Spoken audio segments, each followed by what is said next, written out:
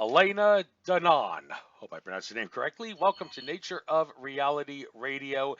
You have become a very popular household name in the alternative radio community in the last few weeks because of the people you've interviewed and the things that have happened to the people you've interviewed. Well, long story short, before I get into that and give you the chance to talk about that and, well, first of all, your life story, I need to give a couple of disclaimers of sorts to my listeners. And by the way, first of all, I notice everybody in the chat room seems to always be typing in like something about second mark, like after like the official start time of the show after this disclaimer. I mean, that's cool and all, but it's kind of pointless to do that. I don't think there's really any need for you guys to do that because this is kind of important information I'm getting out right now. I'm assuming there's probably trolls that are doing that, but I just want to point out, folks, still no subscribers on Patreon. Doesn't surprise me in some regard. I know people are chomping at the bit for money and having a tough time to get money and not willing to pay people if they can get something for free. And I've said that I'm not going to be uploading my YouTube, my interviews to YouTube and Cost.tv right after I do them. They're going to be available 2 to 3 weeks after I do them for the whole world. Only Patreon subscribers for the first 2 weeks will be able to see them. It seems, though, that everybody is willing to be patient with me and not actually want to pay. So I hate to say it, but it seems like I may have to make this show 50% pay-per-view at some point down the line. Maybe if some people will subscribe, that will I won't have to do that. But I also want to point out that after I upload the shows to YouTube, I also upload them to Cost.tv, and I would appreciate if all listeners please listen to them on Cost.tv because that's a blockchain monetization channel. Listen to it on YouTube for only 15 seconds for the sake of giving me a YouTube credit, a view credit, and then the link to the Cost.tv interview will be in the YouTube video description. Please click that, and it'll take you to the interviews on Cost.tv. I may have to divide them up into 2 or 3 bits because Cost.tv only allows for 1 hour interviews max. So now that I've gotten that out of the way, Elena, who are you? What have you experienced? What do you do? Who contacts you? Who do you contact with? And, a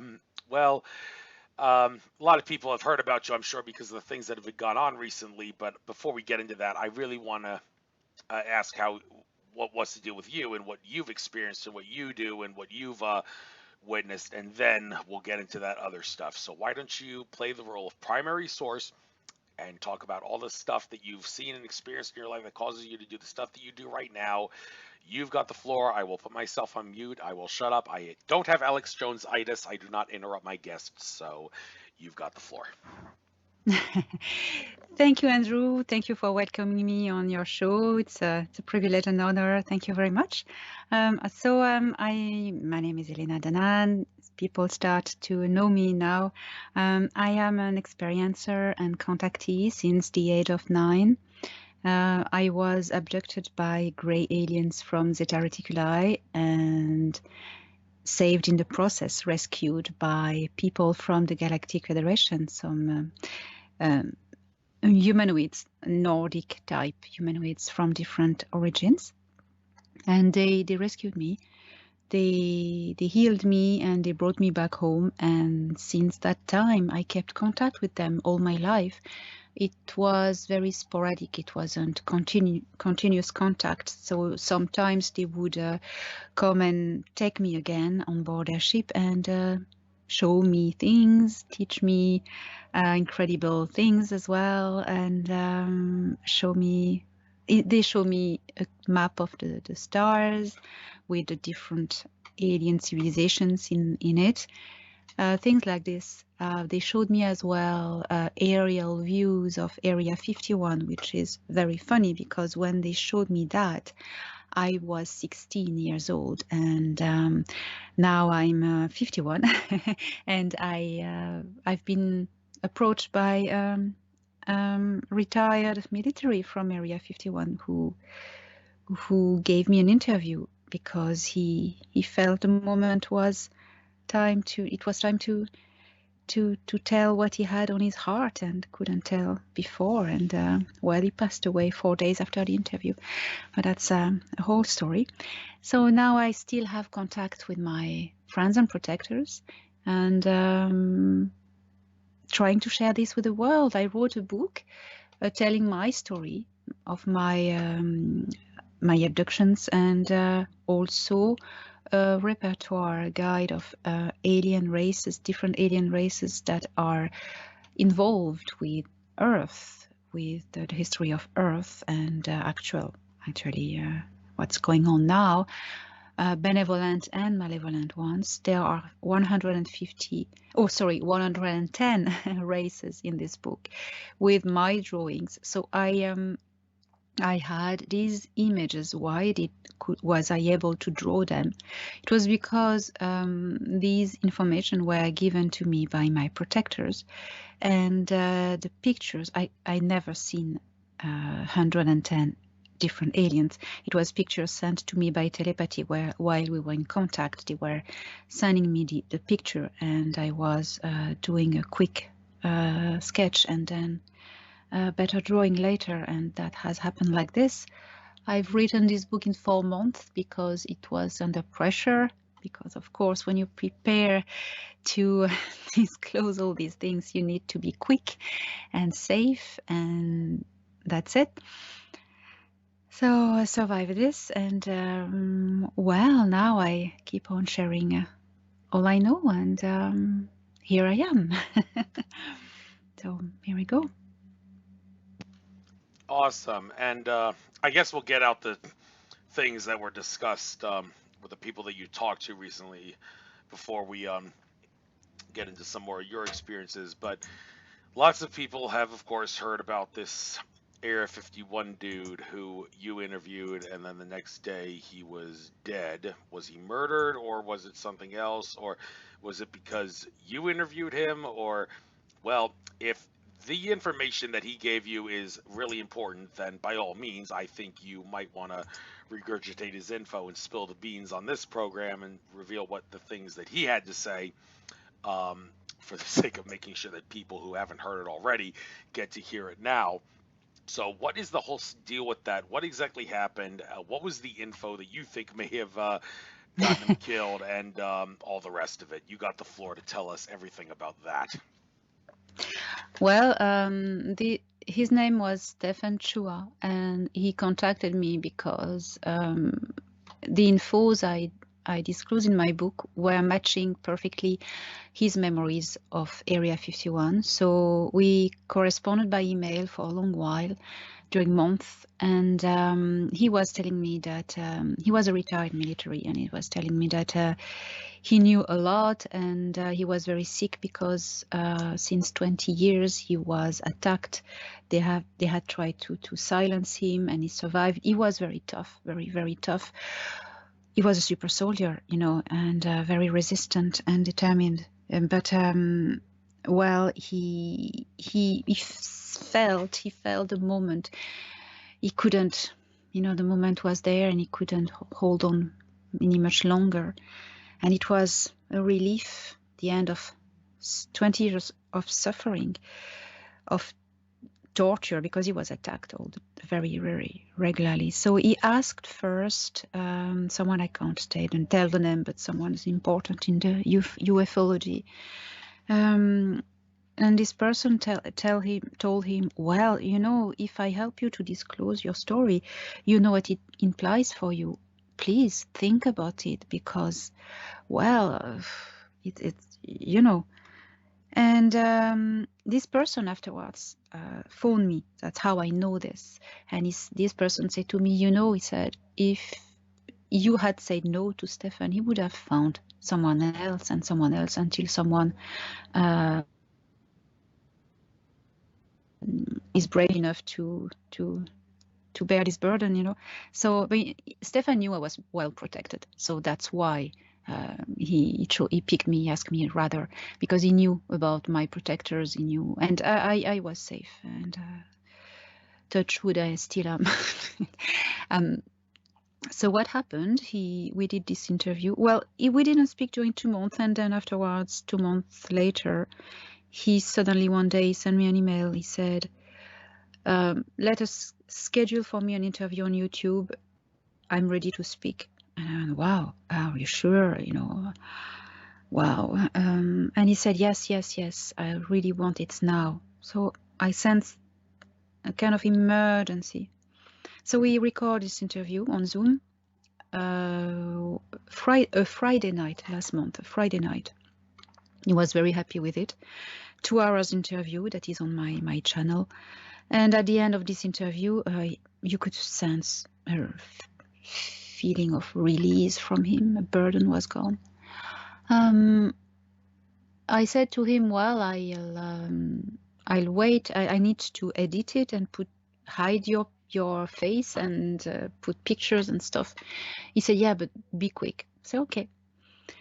That was the Friday night. The weekend passed, and on the following Tuesday, I received a message from him in the night at 1 in the morning saying, please, finished or not, air this video because I'm having blackouts and I'm coughing blood. I went, oh fuck. I went, sorry. Sorry, I'm very sorry. Excuse my French. And I said, oh no, are you sure? Are you sure? And he said, and he became like nervous. Will you please? I said, okay. I aired it. And I received a message from him the following day. He has had horrible blackouts and attacks. He was bleeding from inside. And he said, thank you so much. I've watched it and the comments are amazing. I'm so grateful. Thank you. And that's the last time I heard from him. And the next Saturday, his girlfriend sent me a message and she said he passed. He died on Saturday. So 4 days after the interview was aired. So I was devastated, as you can imagine. But it was his last will, and I mean, what he disclosed is absolutely mind-blowing because it confirms so many things. It confirms what everyone else has leaked from Area 51 and Phil Schneider and everyone. So now we want to know what's going on there. Well, Stefan was hired them because he had he was supersoldier, so he had brain capabilities. He was able to create gamma waves with his brain more than the normal. So he was hired on a program to pilot planes, the F-15. I don't remember the name of the plane. Sorry if I said it wrong. To pilot planes with the mind, by thoughts. So he managed to do that because that was quite miraculous, but it damaged him quite a lot. He said most of the pilots died because they were injected a serum that was enhancing the capabilities of the brain, and it was mushing the brain after a while. So, but he managed to survive this. And what he saw while he was there, so, well, here it is, and this information is for the whole world, and everybody needs to share that as much as possible. So it was at the time, it was in the 1980s, 80s, 90s, in the late 80s and early 90s that he stayed there.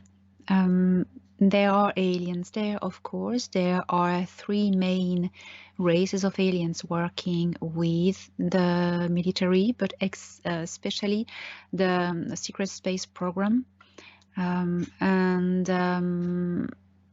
So there are 3 main races, are greys. Those, the nastiest, are called Maitra. They come from Galaxy Andromeda, and they're interdimensional beings. They are tall greys, and they are the most nasty grey species that we can encounter. They radiate hate, and they're very, very, very aggressive. It's like a tiger energy, as Stefan could describe it. They are there for well, he couldn't really know why they were there, but he said they were working on technology, building with humans, They had their own facilities underground. There was another kind, was tall greys as well, but these ones were more called tall whites. The tall whites are Keelith occurred. They come from constellation Vela. They are not friend of humanity either, but they are less aggressive than the Mitra. They are shapeshifters. They can look like humans, like amazing. Something that they cannot change is their eyes. You see that something in their eyes is not human. They have black eyes. They can wear lenses, but if they don't wear lenses, that's the only thing they cannot shapeshift is their eyes. Long white hair, white skin, and as Stefan describes them, he says it's white like a corpse, like whitish blue. So these ones are working with technology as well, and these ones, the Keelith occurred from constellation Vela, use small greys slaves. You know, these small greys from the Reticuli who are all taken as slaves and cloned and copied in synthetic life forms. So these ones are not a problem. The small greys, they are just workers. The ones you need to look out, it's the tall ones, tall whites and tall greys. So that's what's going on there. He met these beings. The two races of tall greys are not getting on together. They have different facilities. It goes very deep down underground. These people, these beings, use humans to build their ship. There are reasons for that. So as well, Stefan, unexpectedly, near the end of this interview, he said to me something that just made me jump on my chair, as if I hadn't jumped enough the whole interview. He said, oh, by the way, and one day I saw a shuttle arriving from Mars. And I'm, what? Yes, he said, so he started to tell me about it. He said there were two technicians on board who, humans, Earthlings, and they were not looking well coming down this shuttle. And he said he got to speak with them, and I said, we come from one of the Mars facilities. And so these people explained to him that they are not engineers, it's just builders, qualified builders, because on Mars there are many bases from different aliens, the Orion group and as well the Sikaar Empire, the Reptilians, the Rigel Alliance. There are many groups on Mars because it's a handy place to keep an eye on Earth. And humans from Earth have a facility there, but they work for a reptilian species there, and they are like enslaved. They have the authorization to stay there, and but they are completely terrified by these reptilians there. So they work for them. They build, and there's so many slaves, human slaves from slave trafficking who are sent there on Mars. Not only, of course, but on Mars, yes. So this guy confirmed everything to Stefan. And Stefan had a way of talking about these things like very relaxed and peaceful. He was so peaceful when he was saying all this because he knew this was his last, it was his, as to say, legacy to humanity. And he was glad, he was happy, he was laughing, and he was, yeah. So do you have, I don't know, questions? Could speak hours about this. Well, I'll get back to that in a little bit. But the thing about the Alex Collier interview that I found really interesting that he had to say in that interview with you was about how he thinks it is a big mistake at the moment to suggest that the white hats are in control. And I've been listening to some other interviews about this. Patricia Corey recently did a interview with a couple of other prominent figures in the truth movement talking about the white hat black hat enigma and what is really going on. Alex Collier is basically trying to say that if the white hats are totally in control, then why are bad things still happening on Earth? That's a question we all have to ask. But I think it's fair for me to ask you, based on the evidence that you have, people really want to know what is going on in terms of current events. I mean, the word on the street is America is going to be in for some sort of a civil war slash American Revolution over the next few years, culminating with the solar eclipse that's going to be happening on April 8th, 2024. That's going to crisscross the country. Carbondale, Illinois is the crisscross point of that eclipse and the one that happened in August 2017. And the history shows that there were similar eclipses like of sorts that happened during the American Revolution that crisscrossed America. So you have to think something is going on, and people like Billy Meyer have talked about how America is going to erupt in a civil war. And I mean, you got the leftists who are flat out brainwashed and following the ideology of George Soros, who, according to Benjamin Fulford, has been dead for a while, going against the people on the right who they understand that the government is not there to provide for us, it's to protect us, but then again, they somewhat want the government to be their daddy, and therefore they sometimes don't always stand up for themselves, and there's a little bit of infighting going on. So, well, a lot of battling going on in the country and all. So, but not just America, but the rest of the world. And you also hear the whole thing about China going to become the next superpower. What does that mean? Does that mean China's going to become like a Roman Empire like America was, or does that just mean that China, the metaphysical studies of China, like the astrology and the metaphysics and the feng shui and all of the things about that China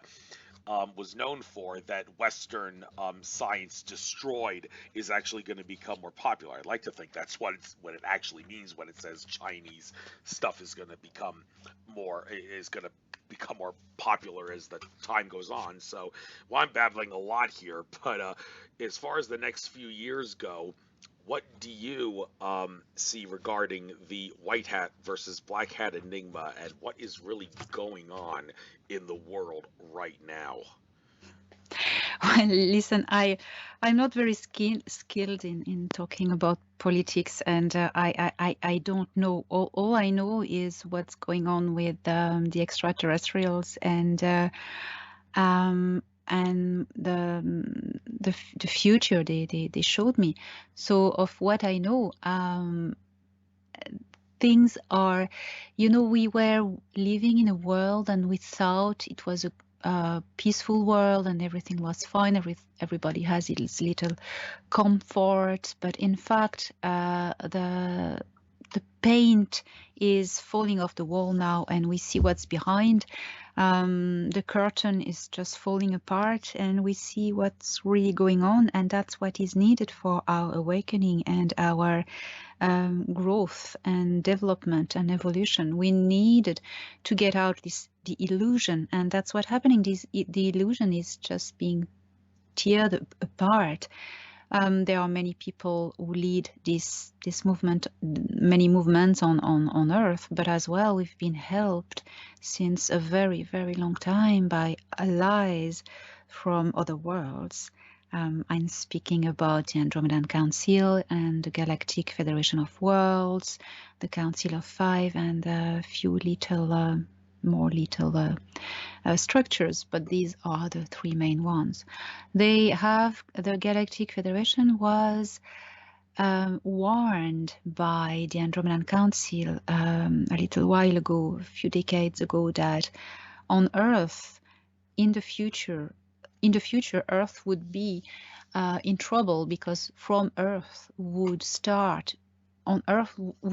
be born something very evil, a tyranny that would annoy the whole galaxy.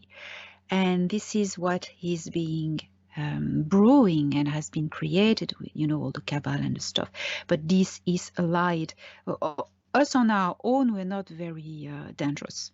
we wouldn't be that dangerous. I mean, if we were on our own and we would have created this little cabal and bad people, we wouldn't have done harm to anyone, I mean, except ourselves.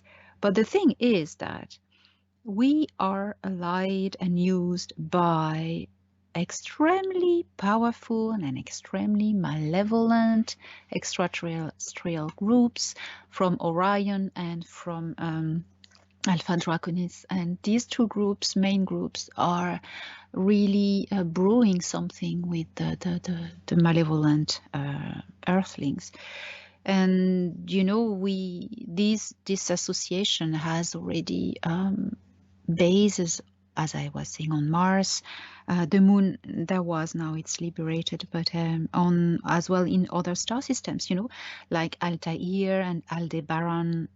There are already colonies, human colonies there. Where do you think all the slaves go? And you know, so yes, that is what's going on. And then the Galactic Federation, just, you know, they are here to just stop this. They have created something that they call the Alliance, which is a subgroup of the Federation, which is an alliance, military alliance, between the Galactic Federation and the Earth military, the good ones, to help. These are the ones who clear all the underground, the dumps, do all the job, liberate people, work together with Earth governments, especially the former presidential, you know, in organization in America, for not to name it, Mr. T, and other people, other countries such as Israel, Japan, France, and England, and I don't know them all, but that's the only names I have. I had, there are more. Probably, I know there are more. So this is going well because even it doesn't look good. This is our little war is going well because all the crap that the what was really lying at the bottom of the pond is now coming at the surface, and it stinks, and it's going to stink even more because more ugly stuff are going to come at the surface and be cleared. And it's happening, and that's not going to be nice to see that, but that's going to be victorious because people will need to see this to wake up from our awakening. It's not only awakening spiritually and frequency, it's awakening of the consciousness. That's what is important. That's what matters. If you don't have an awakening of consciousness, you cannot ascend in frequency or spiritually or whatever. You need to realize what's happening and wake up. Before awakening, you need to wake up. Otherwise, the awakening won't happen.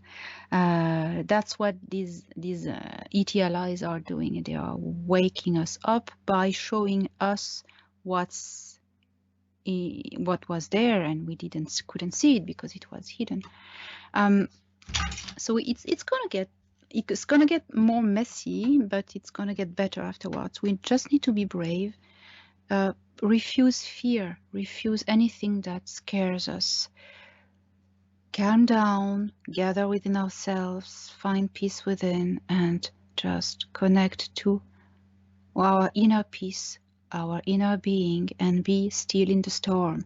And this will pass.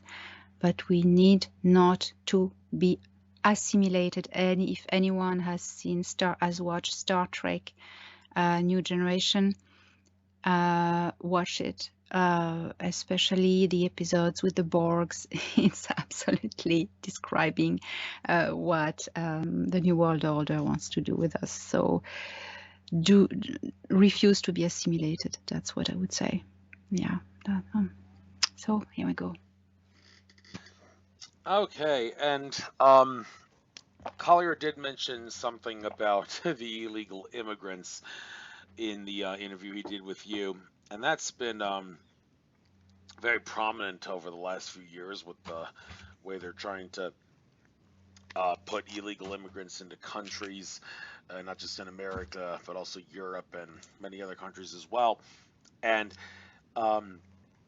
how exactly is humanity supposed to cope with this? Well, it's interesting to point out that Indigo Child Matias De Stefano said that in the year 2022, next year at some point, he said that there's going to be some sort of a crystalline grid, a lattice of some sort around the Earth that's going to rewire and connect itself in such a way that's going to allow for humanity to get along with each other better than it would if that alignment of the grid wasn't happening. And when I heard that, I'm thinking, well, that's great because with all the clashes of different cultures going on right now, with the illegal immigrants being shoved into countries against the country's will, then that would seem to be a great thing that something like that would happen to enable humanity to get along with each other better. Do you know anything about what De Stefano's talking about regarding that some sort of a consciousness grid in 2022 getting linked up that would enable humans to get along like hippies, hopefully not be apathetic and lazy like hippies, but still get along peacefully like hippies in the 60s did? Well, listen, I haven't heard about that, and that I'm not sure about this because this is again another prediction saying you don't need to do anything. Someone up there is going to do something for you. That's not working. That's just to disempower humanity. People need to make the effort. It is all about us changing. It's all about us growing up and becoming responsible. It is at the level of each of us individually to get on with each other, to make this extra effort. And it is because we are deciding to make this extra effort to get on with each other that we are getting out of the matrix. We are getting out of the mind control. We are just growing up and becoming adults. If we wait for, oh, somebody is going to put a crystal grid, then suddenly by magic everybody will be happy hippie. No, you're going to wait for that and you're going to do nothing. That's what they want, that you do nothing and you just wait for a savior. Nobody is there to save us. They are here, the good aliens, they are here to help us, to support us, to save ourselves. So of course they're working on the grid, the electromagnetic grid of the earth. They are working on rising its frequency. They are working very hard on that to help us as well accelerate this process. So maybe that's what this person said, that some benevolent ETs, are probably the Federation, they are, because I know they do that, there are some nodes in this grid that they are accelerating the frequency. So the grid is accelerating the frequency, rising the frequency, and then it has impact on the earth and every living form. So I think that this person, said that. I don't know about crystal, but I think this person referred to this, that the Federation and the Andromeda Council are working on rising the frequency of the grid. I think that could be it. That could be it. But we must not wait that somebody just sprinkle some fairy dust and suddenly we'll all peace and love. No, we need to do that ourselves. That's the point. that's the point. That's what I would say. All right, and Collier did also mention that ever since the Anunnaki enslaved humanity, and I presume he's talking about not just the Anunnaki from Nibiru that Zecharia Sitchin glorified in his book The 12th Planet, but also the other Anunnaki, because George Kavasilis has said the term Anunnaki is actually a hodgepodge of different extraterrestrial races that it could be described as the children of our universal geneticist Anu. And David Icke has also talked about how the reptilian aliens were the Anunnaki, but that's kind of misleading. He is kind of thinking that the Anunnaki that Sitchin talks about were reptilian aliens, but that's not really the case. What really happened, according to what I've heard from other people like you and other contactees say, is that the Anunnaki from Nibiru and reptilian aliens made an alliance with each other to enslave humanity. And it was after that enslavement of humanity that humans were really going along to get along and really apathetic. And this is one of the things about the human race that really just makes me want to have a love-hate relationship with my fellow humans and really want to just wring my hands around the neck of my fellow humans and say, wake up out of your trance. Oh my What God, yeah. exactly is, if I may first phrase the question, the best way to phrase the question, why are humans apathetic and designed to fear what other people think and go along to get along in a way that postpones our ability to awaken? Did the Anunnaki actually genetically engineer us to be like that? Oh yes, totally. The Anunnaki, means Anunnaki singular means human-like in a very old language. So they were extraterrestrials looking like humans, but were not human. They were reptiloid constitution. Sorry. So yeah, they arrived on Earth. There were so many waves of different ETs at that time, and there were a race of primates that were there. The Anunnaki were not the first ETs finding Earth. There has been another very mysterious race called the Patal, or as I heard it, Ptal. You know, nobody can really pronounce what we hear things. We are different contactees. We'll hear a name, and it's difficult. You know, the sound, how they pronounce it. It's difficult to translate. Anyway, so this Ptal had already messed up a little bit, played with terraforming this planet and modifying the life on it. The Anunnaki arrived and they found a race of primates.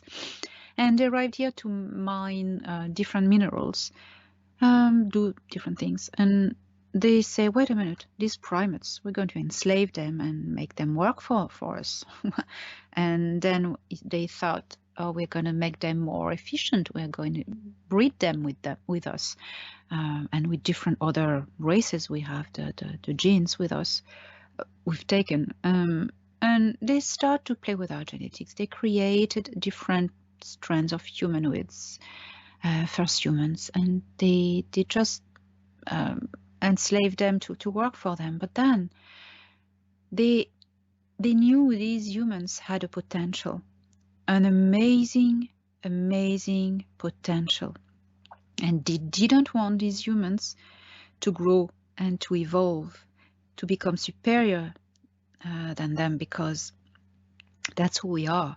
Everybody fears us because we are extremely powerful. If we don't know it, all the other ETs know that. So what the Anunnaki did, they altered the DNA of us. They altered our DNA to stop and block this evolution, or really alter it that it goes so slow. And we had much more DNA strands. We now have 2 activated, but we can activate the other ones. So we are helped in this. That's another long story where the Council of 5 is involved, but we are helped. But the Anunnaki, yeah, they altered our DNA. They inserted something called a sort of protein in our blood. Now this protein is we call it the D protein, or plus, if you are plus blood type, you have this protein. This protein was brought by the Anunnaki to block our abilities. But the thing is that this protein has passed everywhere in the blood of every different blood types, and it's not as efficient as it was to block us, because people still manage to evolve and open a consciousness. So yeah, that's what the Anunnaki did, of what I know. Very, very interesting. And all right, so getting back to Area 51, Mhm. the word on the street is that a lot of Area 51 has been moved to some other location, or is that really just a psyop cover story to conceal the fact that there is still stuff going on at Area 51, but maybe they've put it deeper underground, maybe because there's many different layers of it and what's going on there. So, regarding Area 51 and whether things have been taken out of there because people are maybe waking up to it.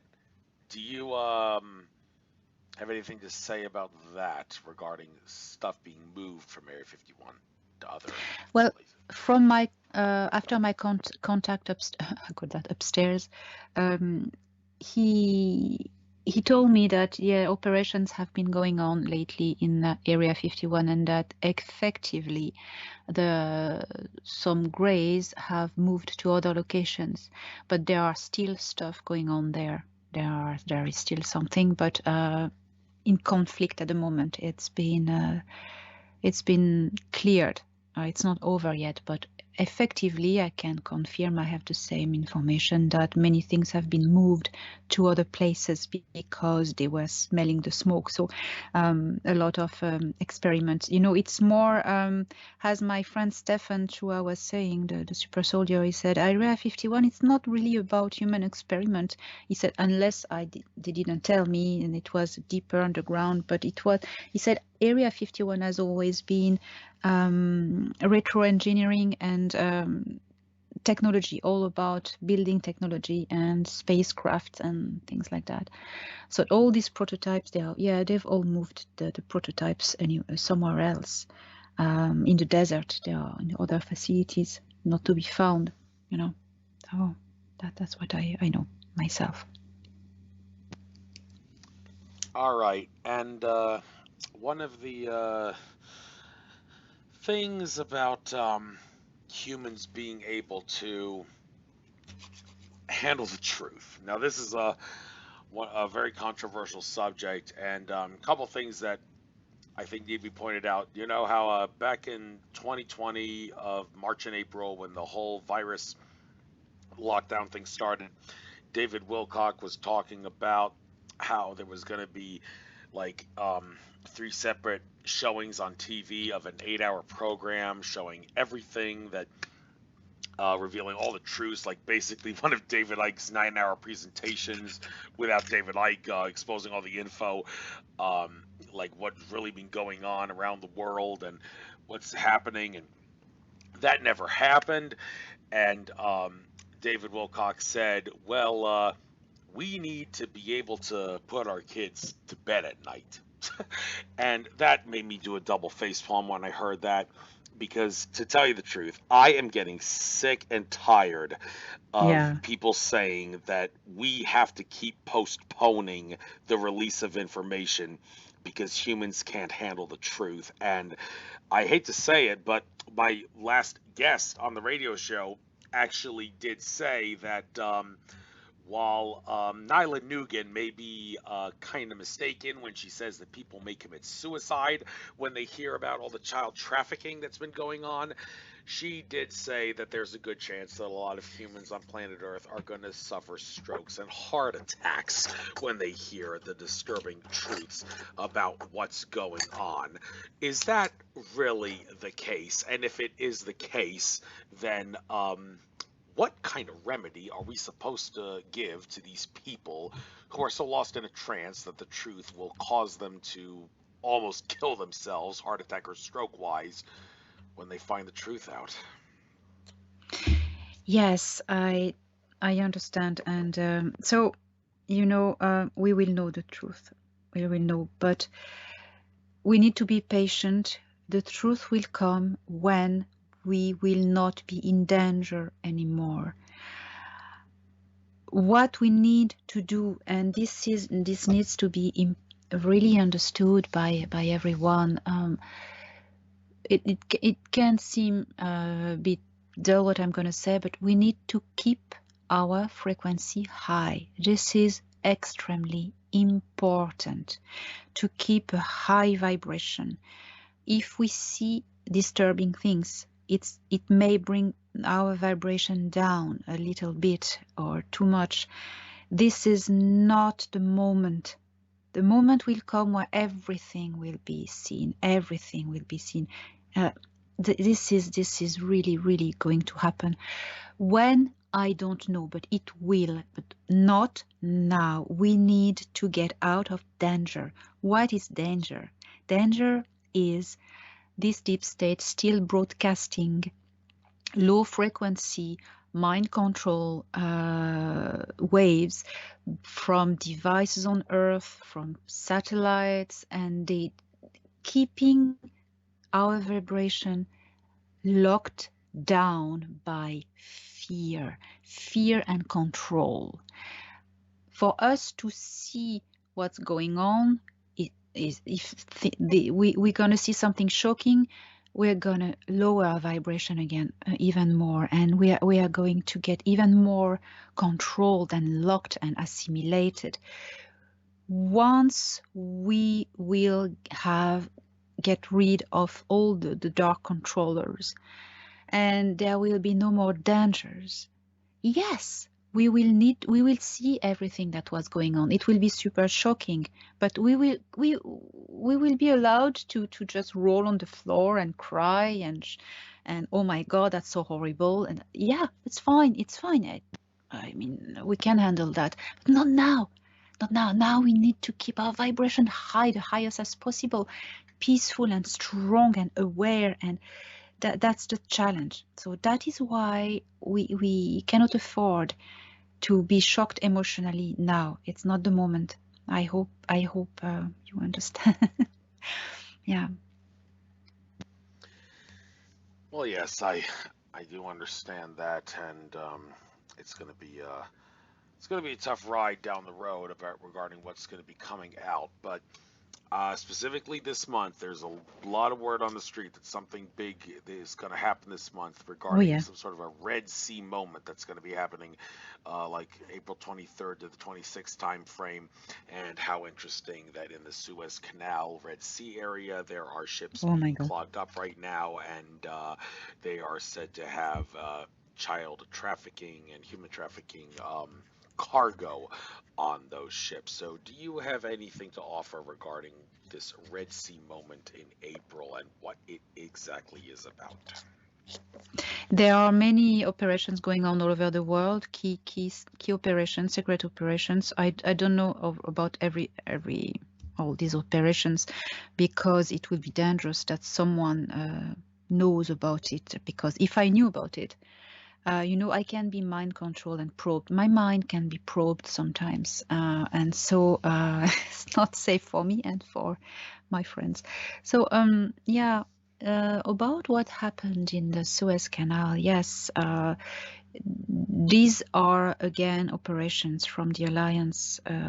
It is going to reveal more and more, and this operation is just the first. It's not the first. I mean, there's going to be more and more and more. The truth about all this child trafficking is going to come, and all the ramifications to the reptilians and the deities and everything. So that is coming. That's good. That's horrible. But that there are much more happening. There are a lot of children that are being taken, off worlds, and these children are being rescued at the moment.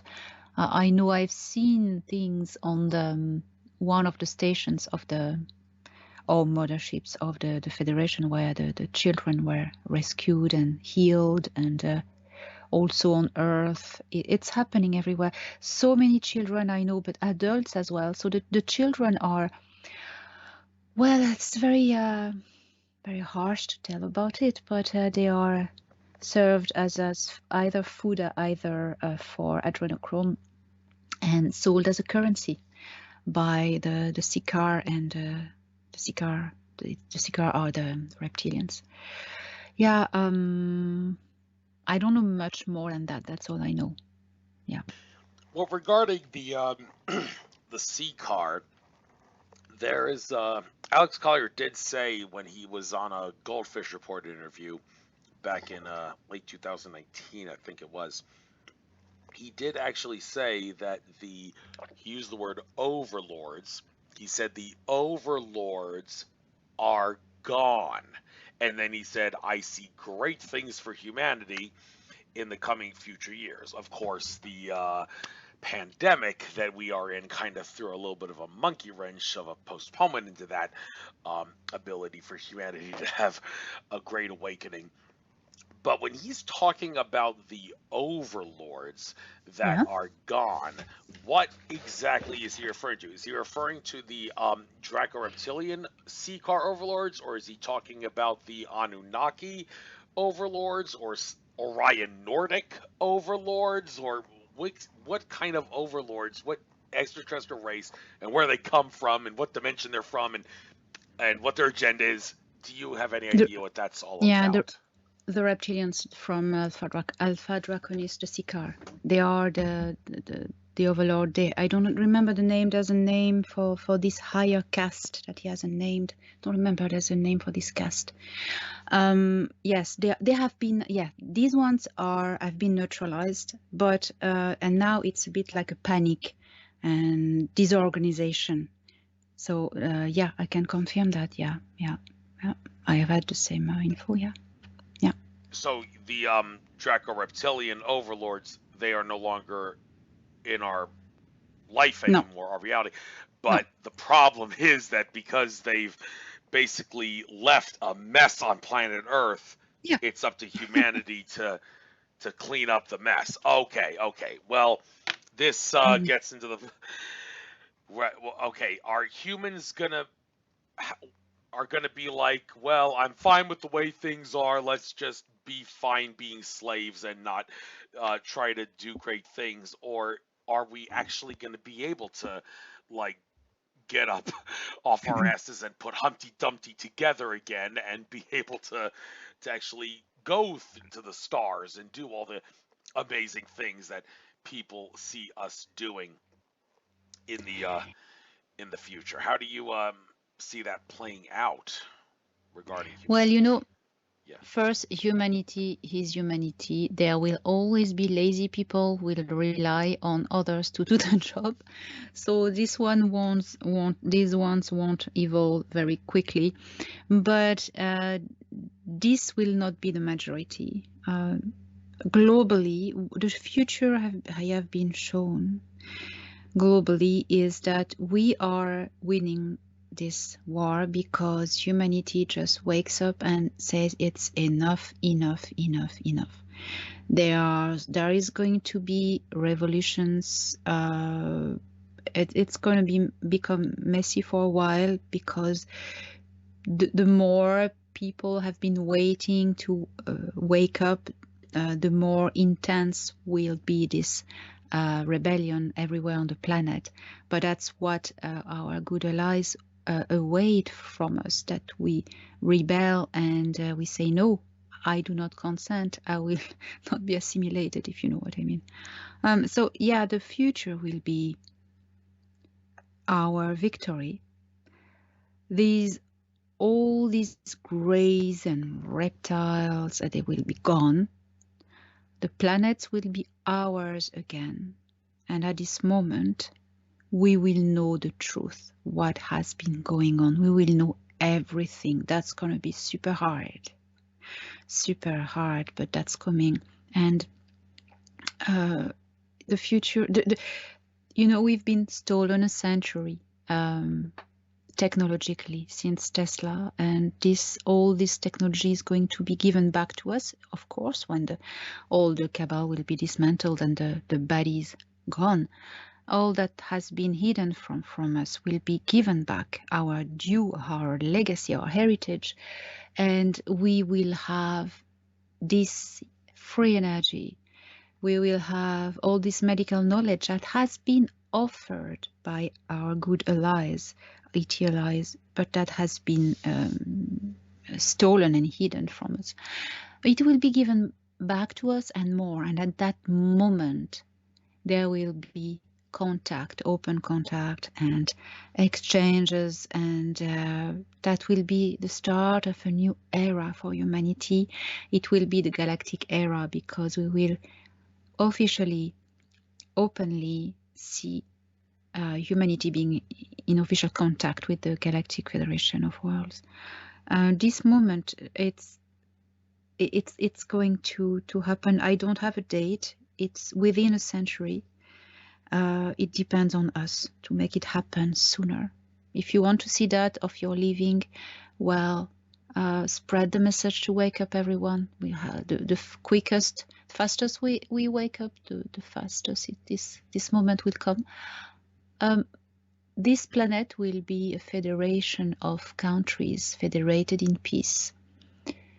Less wars, less hunger in the world, because you know what? When we will have free energy, the production cost for food will be zero or so few. So the food will be so cheap or free. The currency will be something very different. I have been told it will be based on metal and something abstract or quantum Okay, currency. let me stop you right here because this was actually going to be getting into what I want to talk about next. We have been down this road for quite a while, since 2012, maybe even a little earlier, about this whole Nassara Jassara RV global currency reset. It might happen next Tuesday, and it's getting fucking ridiculous how it's the way it's playing out. Like people are getting sick and tired of hearing that we're gonna have some sort of a currency reset, but it's not happening. And the excuses that we keep hearing, well, the bankers are offering more resistance than we could have ever imagined, or the excuses the system just isn't ready for it yet. We can't do it until it's all ready. And well, let me take you back to a conference that was a Drama Council conference Tolik did. I think it was in late 2018, 2019 or so. He M and Miss M talked about how they said the economy in 2019 was going to be really good and the housing market was going to be great. And some guy said, well, I'm sorry, but that doesn't make me happy because I want to be done with money. I want to be done with 9-to-5 enslavement. I want to be done with the bankers controlling everything and suppressing the technology they can provide for everybody. And, well, this begs the question, what exactly is the holdup regarding the ability to get this gold-backed currency reset to happen, which could kickstart what Tolek says is a 10 to 15 year period, his contacts tell him, where humanity will transition to no money at all? Why in the world is this Nassara currency reset not happened yet? Why? How do you think we can reset a new amazing currency while the cabal is still in control of the banks and everything? How that can happen? How can we need to sort out our problems first to get rid of the own ancient system to bring the new. You can't bring a new system when the bankers are still in the cabal bankers and everything, and Soros and everything, they are still in control. How do you want to change the system? It's not going to happen as long as these people will be there. The ones who control the banking system need to come down. And when that is down, yeah, there's a new currency. There's something happening, but not how can this happen now? I don't understand. I don't know. Well, okay, that's fair enough. We don't know when it's going to happen or how it's going to happen, but we have to think it's going to happen. If the vibrational frequency of the Earth is going to keep rising, then it's kind of unavoidable that we're going to eventually get rid of the fractional reserve banking system and move on to the gold-backed system. But Simon Parks did actually point out in one of his recent talks that you could give a whole slew of reasons for why DT is not serving a second term right now, but if he said that if there was a number one reason why the bankers and the rest of the Illuminati forces were so eager to make sure that he did not get a second term, he was actually planning to put America on the gold standard in his second term, and that was the reason why he took down a portrait of George Bush, one of the George Bushes, and Bill Clinton, and replaced it with a portrait of Teddy Roosevelt and William McKinley. William McKinley, who, if your history don't know, was the president who, at the turn of the 19th going into the 20th century, got America on the gold standard. His opponent, William Jennings Bryan, was all for free silver, which is not as bad as fractional reserve banking, but would have definitely been worse than the gold standard because it would have allowed for more like unlimited, unregulated coinage of silver. So it stands to reason that Leon Czolgosz, the guy who murdered Willie McKinley, even though the evidence doesn't seem to show it, in all likelihood, he was a mind-controlled patsy that the bankers had recruited to assassinate William McKinley at that fair in Buffalo, New York, that happened, incidentally, exactly 100 years before 9/11. Go figure. And, well, yeah, it's funny how time works out that way. So, Donald Trump wanted, said his name. Well, that's going to cost me, but he wanted to put America on the gold standard in the second term, and he was talking about putting America on the gold standard back in like 2016 and 2017. There were some articles written about it, and then he kind of kept his mouth shut about it, I guess, because he didn't want to reveal anything about it. But apparently the bankers knew, okay, this is what he's going to do. We got to make sure he doesn't win the elections. So that's why he's not in office right now. So do you have anything to say about that? No, I don't know. I don't know what's going to happen with the money and everything. But, well, I don't know. I don't know what's going to happen. I don't know. Fair I don't enough. have an idea. All right. Well, people have actually tried to remote view the guy who is in office right now, and they're saying it's just an empty vessel. It's not. Some people have said the real JB has had his head chopped off in the guillotine, and what we're seeing now is either a clone or some guy with a mask on, and he's not. It's even, yeah. What's going on there? Do you have anything to say about that? He's a synthetic life form. He's a clone. He's not a real person. And yeah, it's not that's gonna come out. Don't worry, that people are gonna see that. It's not real. All right. Also, that's what I know. The ETs, I've also heard, one thing that they want to do to help humanity rise up in the consciousness frequency of the Earth is to get rid of a lot of the plastic that happens in the ocean.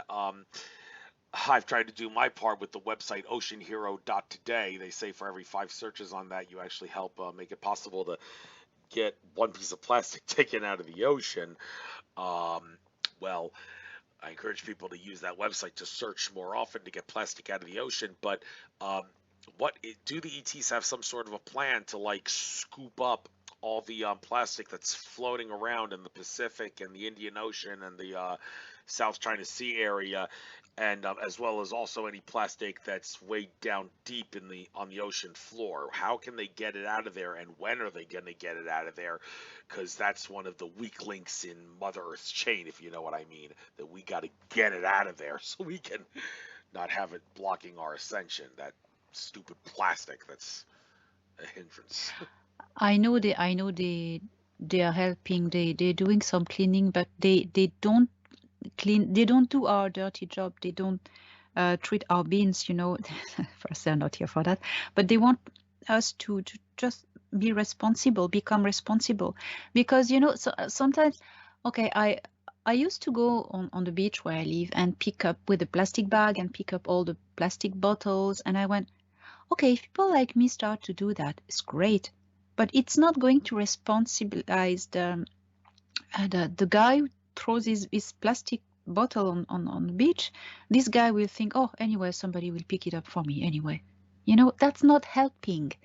What you need to do is to make responsibilize people, make people, understand that wake up and change the consciousness. That's what they try to help us doing, raise the consciousness and become conscious, environment conscious.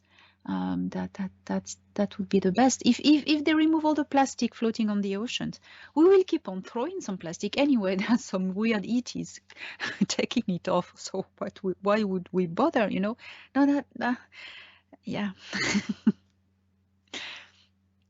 That's it. Okay, fair enough. Now you mentioned, I heard you. We're just going to switch gears here. You mentioned something earlier about the moon, and the Yeah. moon is obviously definitely an artificial body. There's more than enough evidence for that. Not really going to spend too much time blabbing about why that is the case. I've done so many times on previous interviews, but you did say something about how the moon really isn't under the control of the dark forces anymore. How can you confirm that? And if it's not under the control of the dark forces, then, well, why is it still look like a barren rock from the naked eye? What has to be done in order to make it a loving paradise like what it used to be? Like Alex Collier was talking about how when it was moved from Chauta in the Ursa Minor system, I believe he said it was.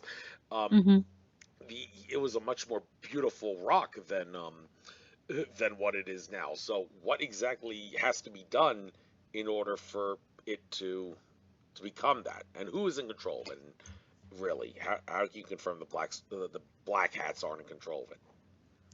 Well, I have good information about the moon because my contact has been working on this operation. The moon has been for a long time a property of the Orion group, the Greys, a group of different Greys.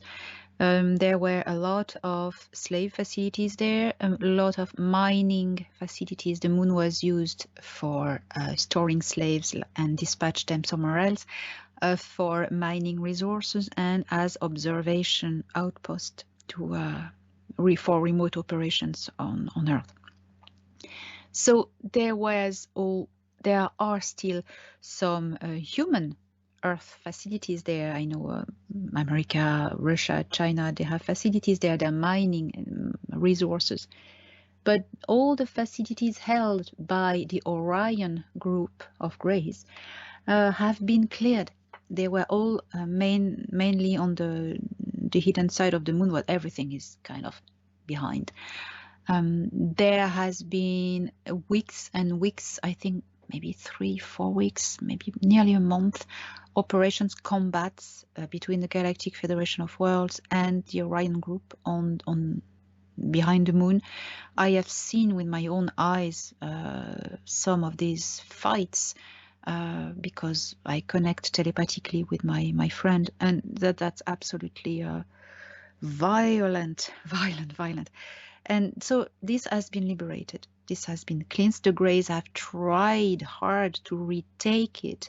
So now they're kind of given up, but it's still to be protected. So the Galactic Federation is holding the moon in protection, holding it for us. So now it's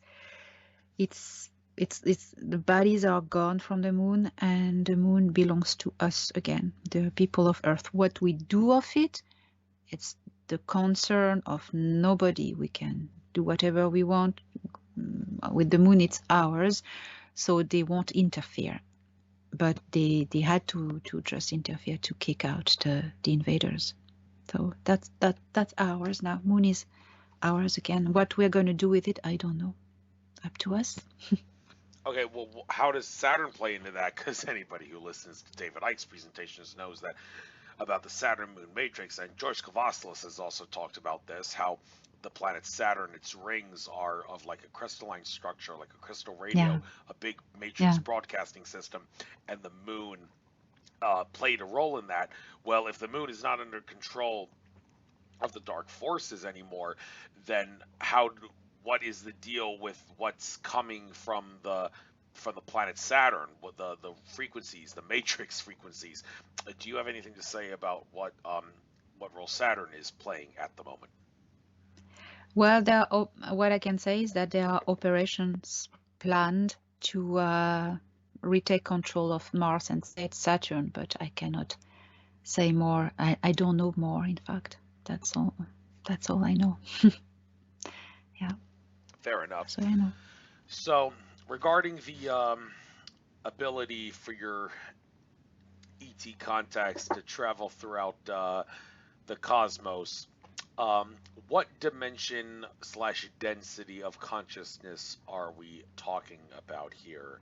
The contacts that you're communicating with, which Yeah, they are in fifth density, fifth density of consciousness. They can interact in our third density as well, fourth and fifth and sixth as well.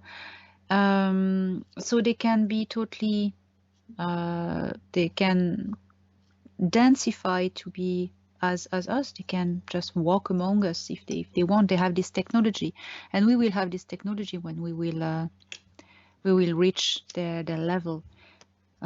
So I said, yeah, they are fifth. My contacts, fifth density. awesome. By the way, I just realized I didn't put my thing on mute. If anybody who's gonna hear me sound like a lighter, like I was smoking something, I am actually puffing a pipe of mapacho right now, which I often do during my radio shows to help me speak in a more two-dimensional level and communicate well, and also clear out any negativity that may be hovering around my computer screen. Mapacho tobacco is very good for that.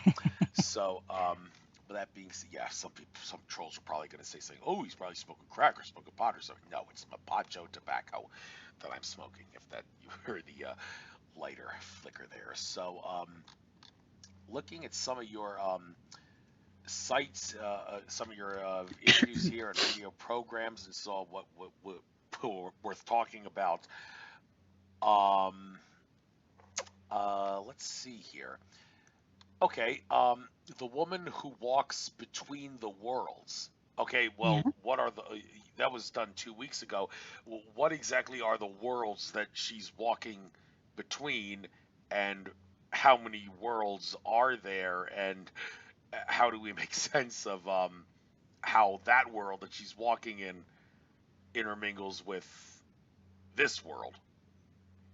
Well, she is a shaman, you know. So the world she's talking about are the three shamanic worlds. They are these three worlds are located in a fourth density. These are the three worlds linked with three levels of existence on this planet. The lower worlds are all the Agarthan kingdoms. The middle worlds is our worlds, but in the fourth density, higher density. And the upper world is the orbit of Earth. It's the sky realms. It's like the Agarthan, if you want, but it's in the sky. It's all the sky creatures. It's in the fourth density, so that's where she journeys, and she brings back knowledge and medicine, and that's what she does. Okay, I see you actually have a video here uploaded 2 months ago, which is titled Dimension versus Density. Now, this always Yes, makes for great radio conversation because I like to say nobody knows the difference between dimension and density, because for everyone I that know. says dimension and density, the difference is blah, blah, blah. Another person says the difference is not blah, blah, blah. It's yada, yada, yada. And then you got the camp that say dimension and density are both two different terms for the same thing. So you No. obviously seem to think you have your own tale regarding what it is. So what do you see as the difference between dimension and density? Can't resist asking you. Well, a dimension is a parallel universe. So it's and each dimension has different layers of density. Imagine, okay, I give you an analogy. Imagine a dimension. Imagine a city with buildings, skyscrapers. Each skyscraper, each building is a dimension, and the different floors are the densities. So you can climb the floors, climb the densities, but you will be in one dimension, in one building. If you want to go into another dimension, you need to change building. That's how it is. Dimensions are parallel universes, imbricated one in the other, and each universe has different levels of density of life. What is a density? Density is the way the atoms of the matter are vibrating between each other. You know, everything is frequency in the universe. So when the frequency, the octave will switch to the higher octave, that means the frequency will vibrate faster. It will be suddenly another density of perception. Each density is like an octave of music, and you can hear only a few octaves of music, but if you would have enhanced perceptions, you can hear larger octaves, and then that means you can see and hear in lower or higher densities. That's the analogies I can find to explain it. I don't know if it's clear. Thank you. There's also another video here I see called "Clearing Some New Age Misconception About Aliens." Oh And my you God, actually yeah. have the Teletubbies there Yeah. in the picture. So what's that about? What exactly did you put why did you put the Teletubbies in that show? The only thing it's good for is teaching baby babble. So why put that there? Yeah. I don't remember. It was just for fun. I hear so many misconceptions every day, and sometimes I need to do a video about it because people asking me some questions, not to say qualify them. Yeah, I advise everybody to watch this video because I'm talking about the Ashtar command and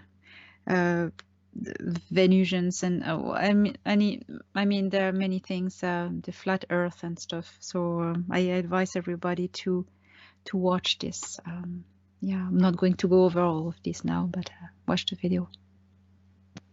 Okay, you mentioned the flat Earth. I haven't mentioned this on my program in a long time, but I had a very interesting thing regarding that when I had Alex Ansari as a guest on my show, and several times during the interview he said, people have talked to me about flat Earth, don't want to hear it, don't want to know anything about it. And Oh when I gosh, heard him say about that, I didn't want to hear anything about it either. But so apparently I annoying. spoke too soon because lo and behold, the guest that I was going to have the very next week was the poster boy for the flat earth theory, Santos Bonacci. And I knew at that point that when I was going to have him on the show that had no choice but to research the flat earth theory because I knew I was going to have to debate him on the subject when I had him on the show. So like a college student cramming for a test, I spent like 2 days looking at some flat earth videos, including Santos's Oh my God. presentation, and I debated him on the subject. And let's just say my listeners were not too impressed with what Santos had to say about the flat earth theory. But the thing is, of all the tales I've heard about whether what flat earth, whether it's true or not, I think the best video out there, well, it's actually not out there anymore because the channel's been taken down, but David Icke, when he was asked that question, he actually said, well, what is flat? What is Earth? What is reality? And then he got into a whole talk about how everything that is in our reality exists because our consciousness allows for it to exist. And he didn't even answer the question regarding whether the Earth is flat or round. He just said the Earth. Keep it political, yeah. However, people like Alex Collier. Alex Collier has made it clear. I heard him say, I can assure you that the Earth is not flat. My ET contacts have flat out showed me the evidence that shows that. So, yet he's not the only ET contactee who says that his ETs have I shown him know. that the Earth is Drives him definitely mad. not flat. So, where exactly did that come from? Any ideas, and what in the hell has gone wrong with Santos Bonacci? It's manipulation from the deep state to dump down people and to turn their attention away. I mean, if that's a masterpiece of mind control. This thing, it's really well done that so many people can believe actually their planet is a planet can be flat. I mean, that's a masterpiece of mind control. I mean, well done, dark controllers from the deep state. That's a good one. You've done a good job, but you won't win because that's people are going to wake up. So that's I feel for these people who believe that their planet is flat. It's really concerning, and it's a bit sad. It's a bit sad, yeah. Yes, and I'm looking at your website right now, and I'm seeing some of the on the artwork page, the art shop, and you have some things regarding gods and goddesses and fairies and whatnot. Now, um, I've heard interviews and talks where people have talked about how the fairy realm, the fey realm, whatever you want to call it, that they refer to them as elementals, and Sasquatch, Bigfoot, is actually in this realm, and there's even creatures that look like scissor legs walking, and fairies and whatnot. So, um, what exactly is the deal with these fairies in the other realms? If they are in other realms, how do we make sense of what those realms are? How can we maybe communicate with them? Or is there really no way to reach out to them? They will have to reach out to us. How exactly? Do you have anything to say about that? The fairies live, the fairy people live in the fourth density. The density just the octave just above ours. They're just next door, and we can sometimes feel them and hear them. They live only in places of nature and where there are trees and portals or wells. They they they don't live in cities, and they strive in high vibration areas where there's nature. So yeah, there are fairies. It's a very very large denomination for many different people, many different races, which include as well the elementals. But you go from the elementals to the elves. It's just so rich and wide, and many of them live in the Agarthan kingdoms. That's something nice too. Are you talking about Agartha? That's Yes. the inner Earth. Now let's try to make sense of this, because we got some people who don't people who give different stories about what the inner Earth is like. Um, Andrew Bards, the Akashic Record reader, has said that the Earth is not hollow, but what's Yeah. really going on is that within every like molecule that's in every rock or lava or magma within the Earth, um, there is basically a whole new realm or dimension of different beings that can exist there. However, there are some other people like Sheldon Neidl, for example, who he was attacked by a direct energy weapon, and he still hasn't fully recovered. I wish him a full recovery. He's talked about how he depicts the Earth as having a like hollow at the poles, and you can go in there, and he basically suggests that there is no magma, there is no mantle where all the magma is. All the lava and magma is in the crust of the Earth, and in the center of the Earth is a star, a fourth dimensional star. Um, but his representation um, flies in the face of like people Andrew Bartz is saying that the Earth is not hollow. It's just it's really solid, but it's got different layers and realms of consciousness within each given molecule of particle of rock and magma. So how do we make sense of what the Earth, the hollow Earth, actually looks like? And do you know anything about Sheldon Neidl's description that I've No, given? Do you have anything to say about him? Because some people think he no, may don't actually be know. channeling some malevolent entities masquerading as benevolent entities. Oh, that's very possible. That happens a lot. What I know about inside the Earth is that there is many layers, of course. I can confirm there are many layers, and there are so many very, very, very deep underground layers of cities. Some are in the fourth density, some are in the third density, and they have a way of powering everything by, they use antimatter to create little stars. Yes, that's it, generators, and it's like daylight, but it's not. Um, I know I've been told there is magma in the center of the earth, but it's not like plain as we would think. The magma goes on different layers, and it's a whole circulation of magma. Yeah, that's all I know. That's different layers, and it goes very, very deep. That's what I know. That's what I know. All right. Also, speaking of the interior of the Earth, all the doomsday folk have mentioned, have said that the Yellowstone caldera is way overdue. They say it last erupted 600,000 years ago or something like that. It's supposed to be erupted like 600,000 year intervals, and it hasn't erupted um, in 600,000 years, or 630,000 years, I should say. So they say it's kind of overdue.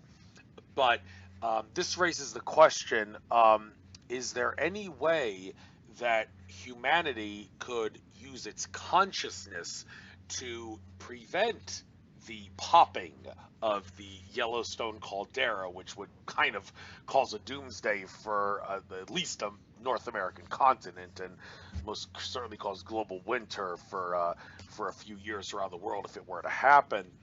Um, so how exactly do we make sense of the idea that Yellowstone could erupt any day now?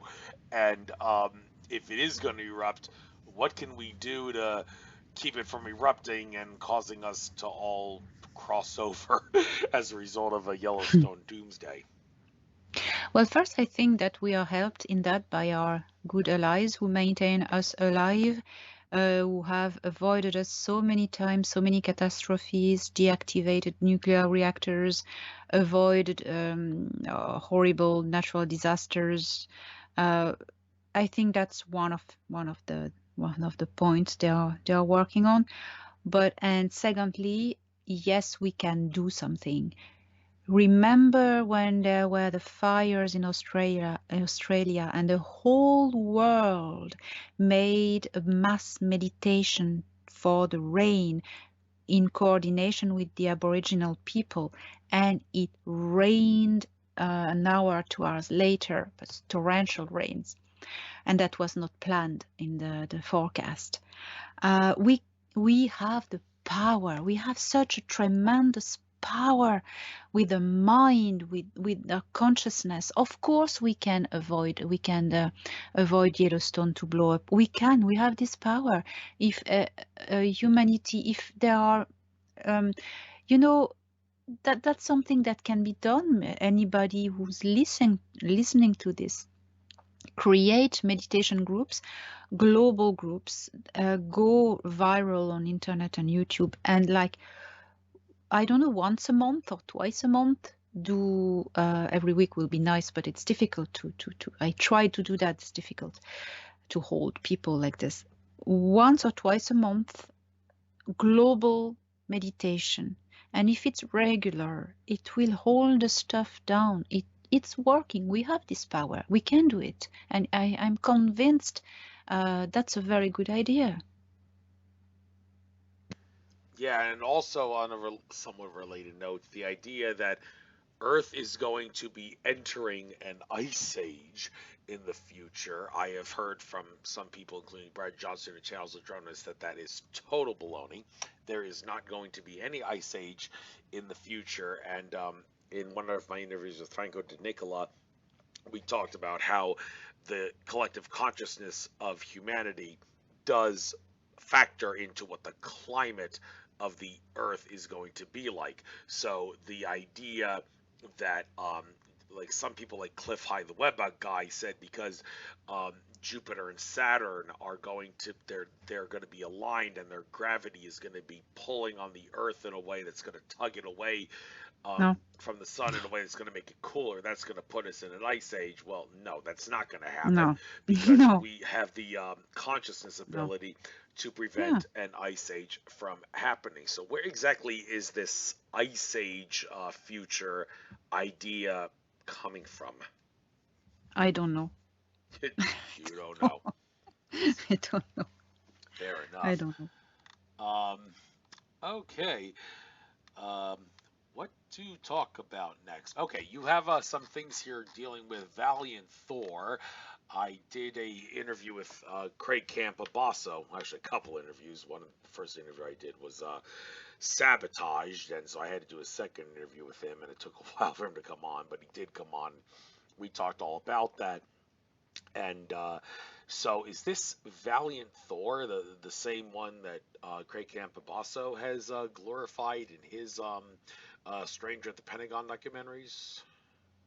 Oh yeah, yeah, that's the same person. I asked to meet him. That was very difficult, and my friend, my contact, he did his best. He worked very hard to try to get to him, and finally it worked. And so I met him on the orbital station upstairs.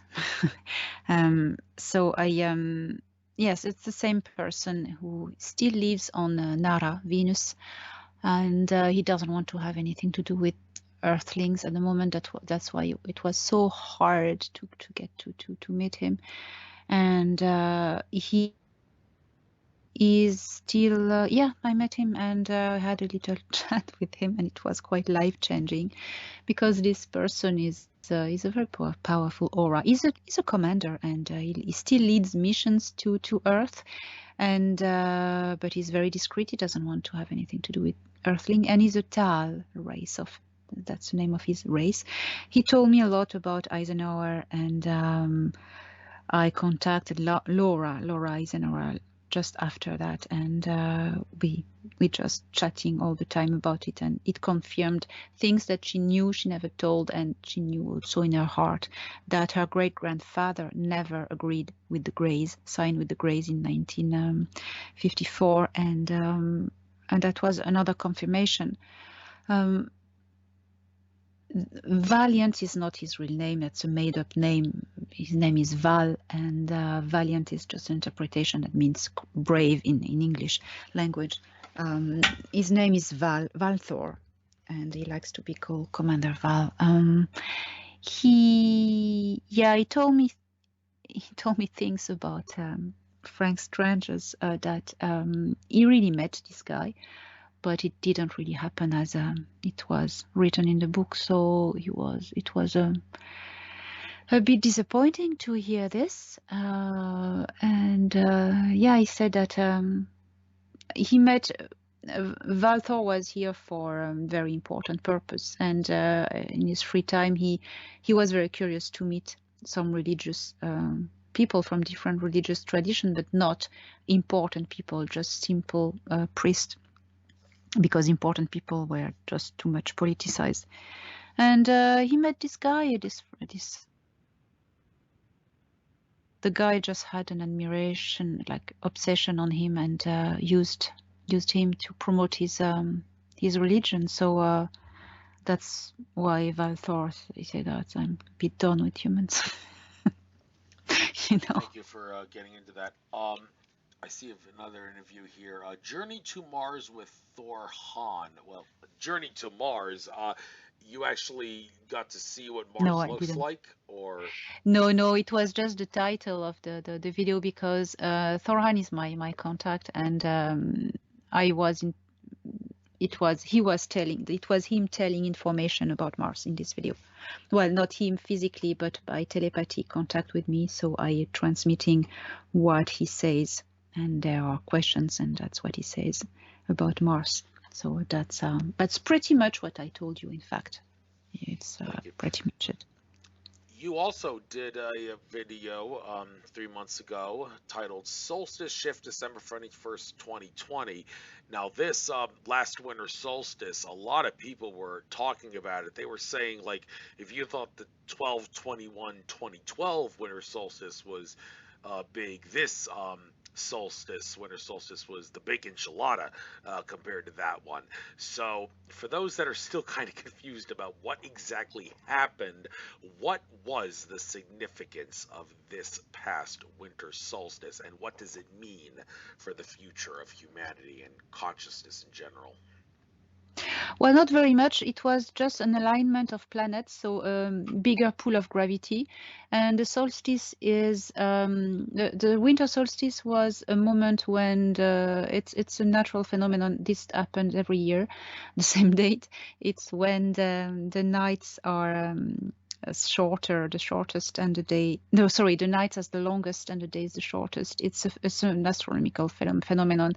So I did a meditation and a ritual to just help people embrace the deep depth of the darkness and have hope in the light again, and just all these things. It was a meditation to celebrate the solstice, and because there was a conjunction of planet, the gravity pull on all the fluids on Earth was a bit bigger, so every wish and prayers were working better, and that's what it was about.